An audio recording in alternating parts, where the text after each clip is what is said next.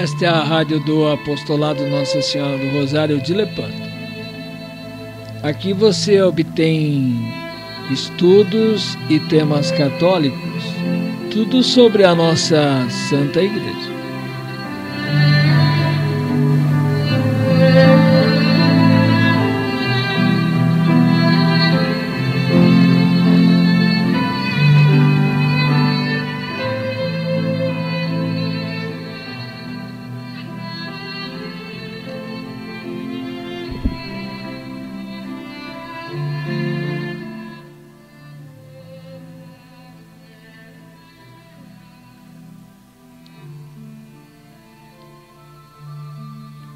Sobre as intervenções feitas no Concílio Vaticano II,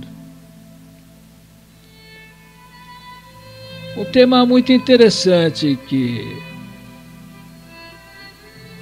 vamos estudar: a vocação da pessoa humana, a família, o matrimônio, as relações sociais e econômicas entre os homens, as sociedades civis, a paz, o ateísmo militante, etc. Essas são as questões novas na Igreja.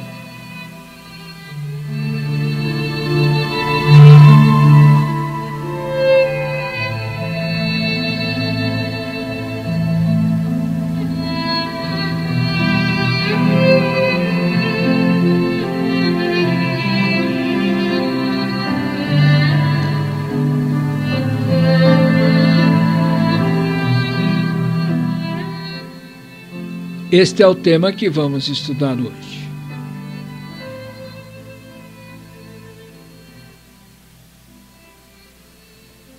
Quem ousaria assegurar tudo isto? O pressuposto parece, pois, ser um mero fruto da imaginação. O estado da questão, como já o disseram muitos padres, está cheio de ambiguidades, seja na mesma noção de igreja, seja na de mundo. A solução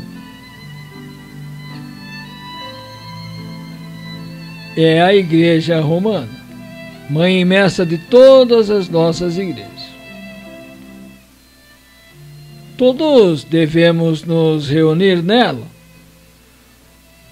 Única entre todas as igrejas, ela é indefectível na fé. Escutemos de novo a voz dos sumos pontífices, especialmente a voz de Pio XII. Ele é verdadeiramente e ainda e sempre o doutor da Igreja no mundo de hoje. Que questão atual não tratou esse pontífice? Vamos pretender que seus ensinamentos já não convêm para o nosso tempo? Bem, no trabalho da comissão do concílio, dizia que se fazia muito mais fácil se ela se voltasse aos ensinamentos dos sumos pontífices.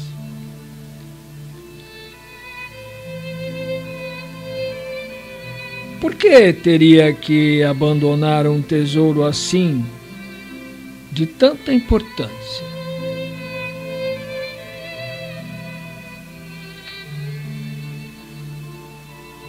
Não seria um verdadeiro escândalo para todos os sacerdotes, todos os fiéis e os não fiéis, se jogássemos fora os ensinamentos tão luminosos dos pontífices publicados durante um século, justamente quando tratamos a mesma e das mesmas realidades, a mesma matéria? Tal omissão produziria um grave dano ao magistério da Igreja. E não poderíamos esquecer nunca que a Igreja Romana não é tão importante, e sim muito importante. É nossa mãe, é nossa mestra, segundo o adágio romano falou. A causa está encerrada. Bem, tenhamos cuidado. Se em nosso esquema passamos em silêncio esses ensinamentos da Igreja, esta omissão ficaria nos olhos do mundo inteiro como, digamos, um defeito de devoção e de piedade em relação à nossa mãe e nossa mestra, né? Não sem um grave dano para a Igreja Universal. Honra teu pai e tua mãe e serás abençoado.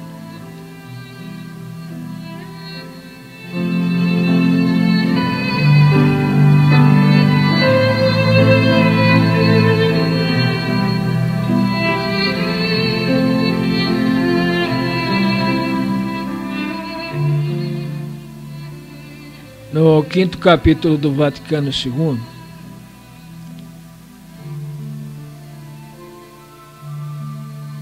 pertencente à 4ª sessão, um estudo mais aprofundado do esquema sobre a Igreja no mundo permitiu que se descobrisse que os redatores desse esquema careciam do espírito e da fé católica. Encontravam-se ali, pelo menos implicitamente, todos os temas liberais e modernistas. É certo que houve muita oposição ao texto original, mas o simples fato de que se pode apresentar sem rubor tal esquema, os padres mostram claramente o progresso das ideias falsas nos meios eclesiásticos.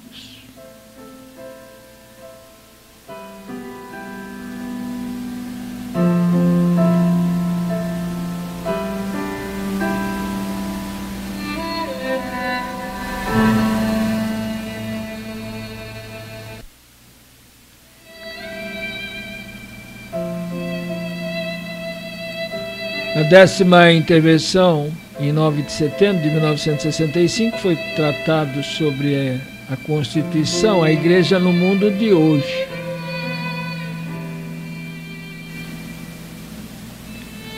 Um texto que não foi lido publicamente, que dizia, veneráveis padres, desta Constituição pastoral, como já declararam alguns padres, pode-se dizer, parece que a doutrina pastoral apresentada dela não concorda com a doutrina da teologia pastoral, ensinada pela Igreja até o presente. E é verdade, seja com respeito ao homem e à sua condição, seja com respeito ao mundo e às sociedades familiar e civil, seja com respeito à Igreja, a doutrina desta Constituição é uma doutrina nova na Igreja, ainda que seja antiga entre muitos não católicos e entre os católicos liberais. Uma doutrina nova.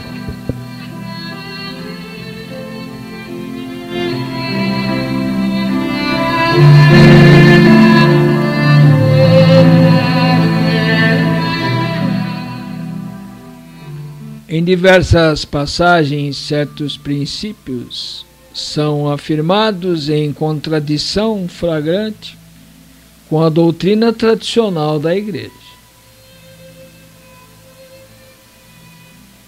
Em muitas passagens são afirmadas proposições ambíguas e muito perigosas. Sobre pontos essenciais,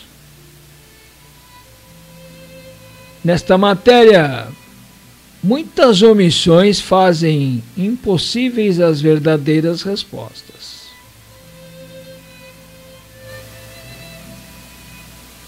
Em primeiro, em diversas passagens, certas afirmações contradizem a doutrina da Igreja.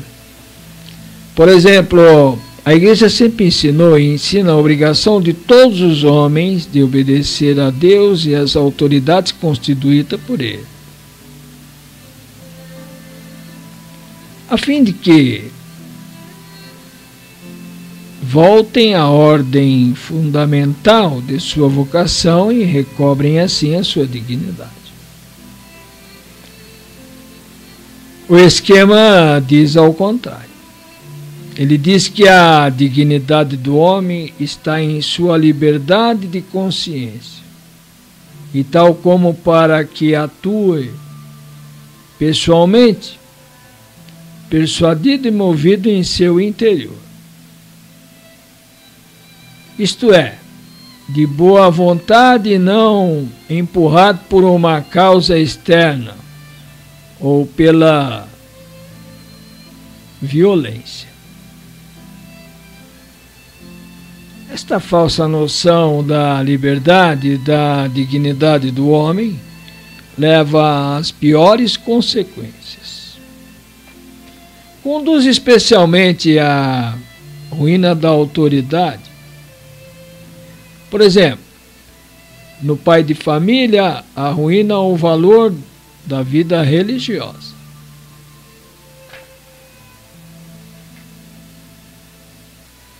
Trata-se de comunismo sob o mero aspecto de ateísmo, sem nenhuma menção explícita do comunismo. Desse texto pode-se deduzir que o comunismo está condenado unicamente por seu ateísmo, o que evidentemente é contrário à doutrina ensinada constantemente pela Igreja. Parece, pois, que ficaria melhor um texto que não mencionasse de forma alguma, nem indiretamente, o comunismo, ou que fale dele, ao contrário, explicitamente para mostrar sua perversidade intrínseca.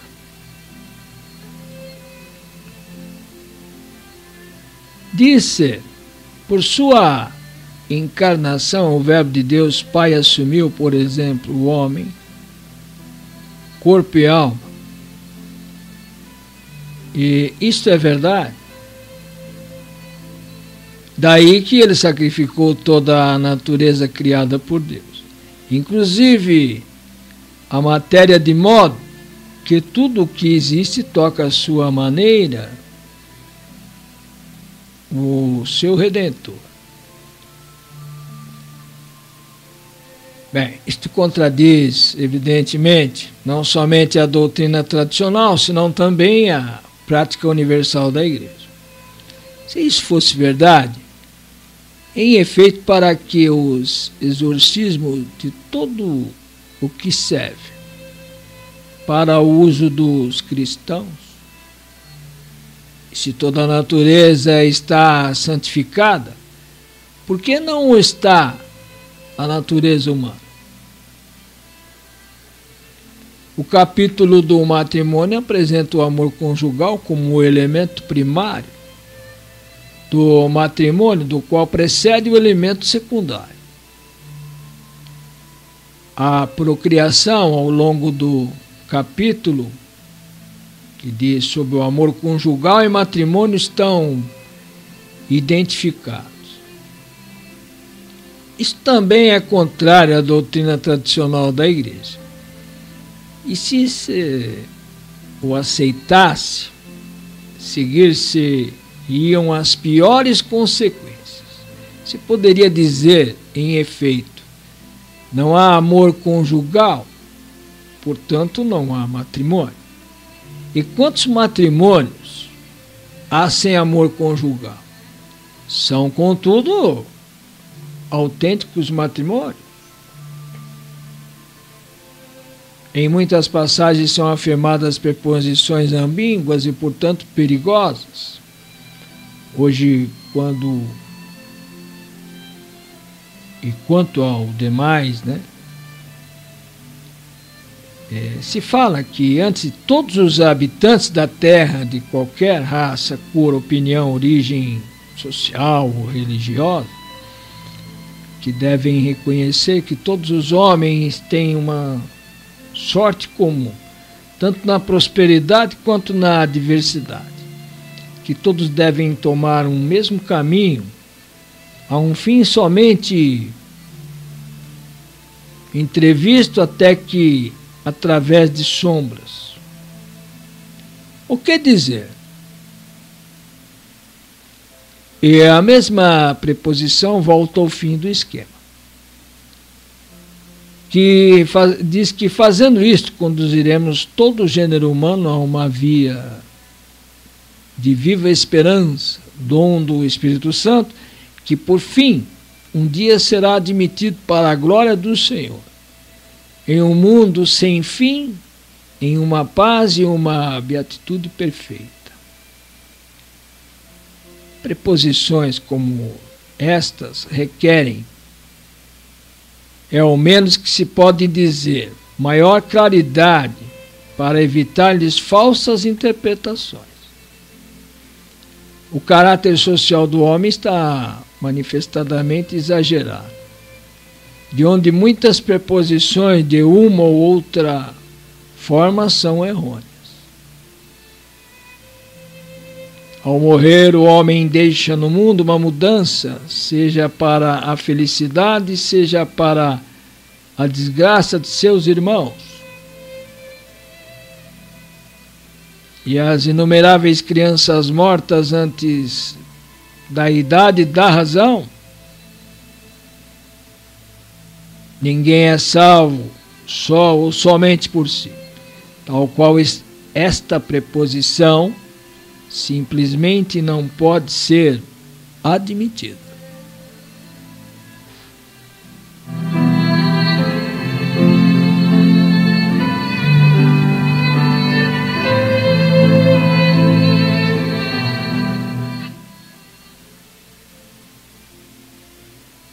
Onde se fala da igualdade entre os homens, na parte 30 e 31, muitas fórmulas exigem uma explicação para serem admissíveis. O homem tem necessidade, não somente de pão, senão também de respeito à sua dignidade, de liberdade e de amor. É uma fórmula digna de um concílio. Presta-se a muitas interpretações. A igreja é definida assim. A igreja é como o sacramento da união íntima com Deus e da unidade de todo o gênero humano. Esta concepção requer explicações. A unidade da igreja não é a unidade do gênero humano.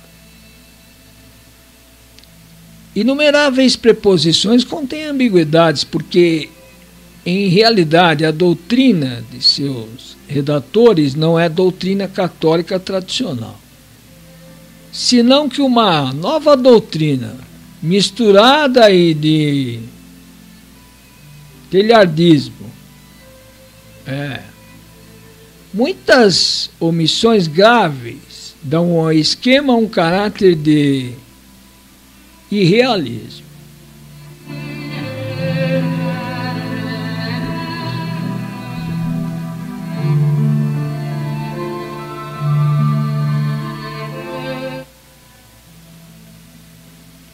Na preposição introdutória, como se pode calar continuamente o pecado original, com suas consequências, e o pecado pessoal, quando não se pode dar nenhuma explicação válida da história do mundo e do mundo atual, sem referência a esse fato histórico e a esse fato atual?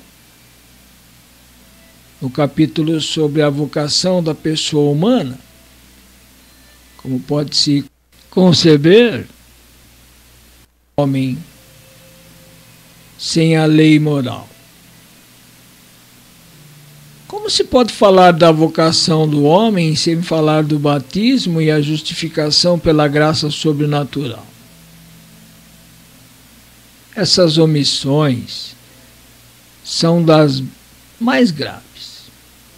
A doutrina do catecismo deve ser, então, modificada de ponta a ponta. A Igreja não é de nenhuma forma apresentada como uma sociedade perfeita, na qual todos os homens estão obrigados a entrar para serem salvos. Ela não é mais um redil, pois já não existem mercenários, nem ladrões, nem salteadores. É definida como o fomento evangélico da massa humana.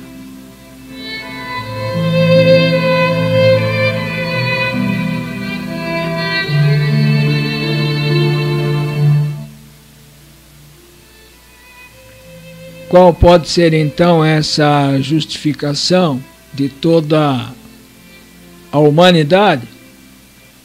Externa, interna. Tudo isso cheira a protestantismo.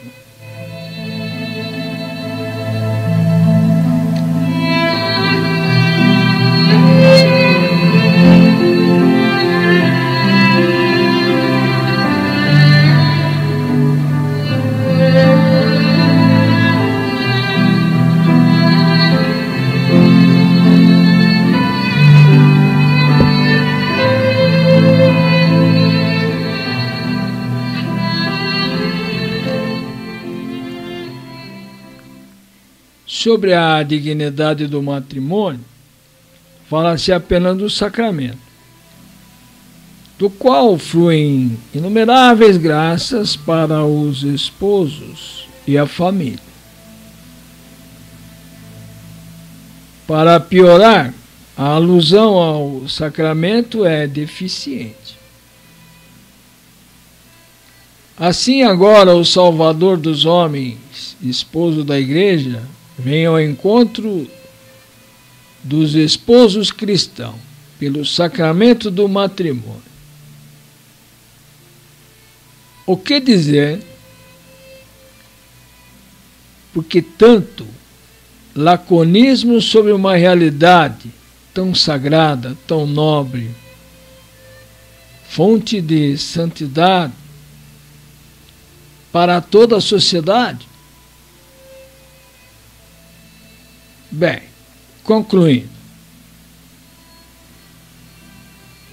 esta Constituição pastoral não é nem pastoral, nem de manada da Igreja Católica. Não alimenta os homens e os cristãos com a verdade evangélica e apostólica. E, por outro lado, a Igreja jamais falou assim. Nós não podemos escutar esta voz, porque não é a voz da esposa de Cristo. Então, não é a voz do Espírito. Conhecemos a voz de Cristo, nosso pastor. Esta a ignoramos. Os vestidos são de ovelha. A voz não é a do pastor. E pode ser a do lobo.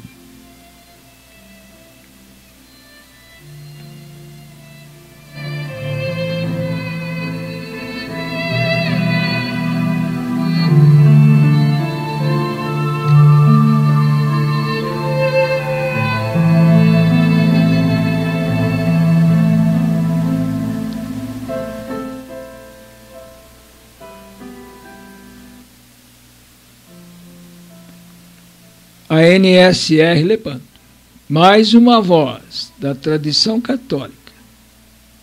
Continue conosco, estudando nossos temas e até o nosso próximo encontro.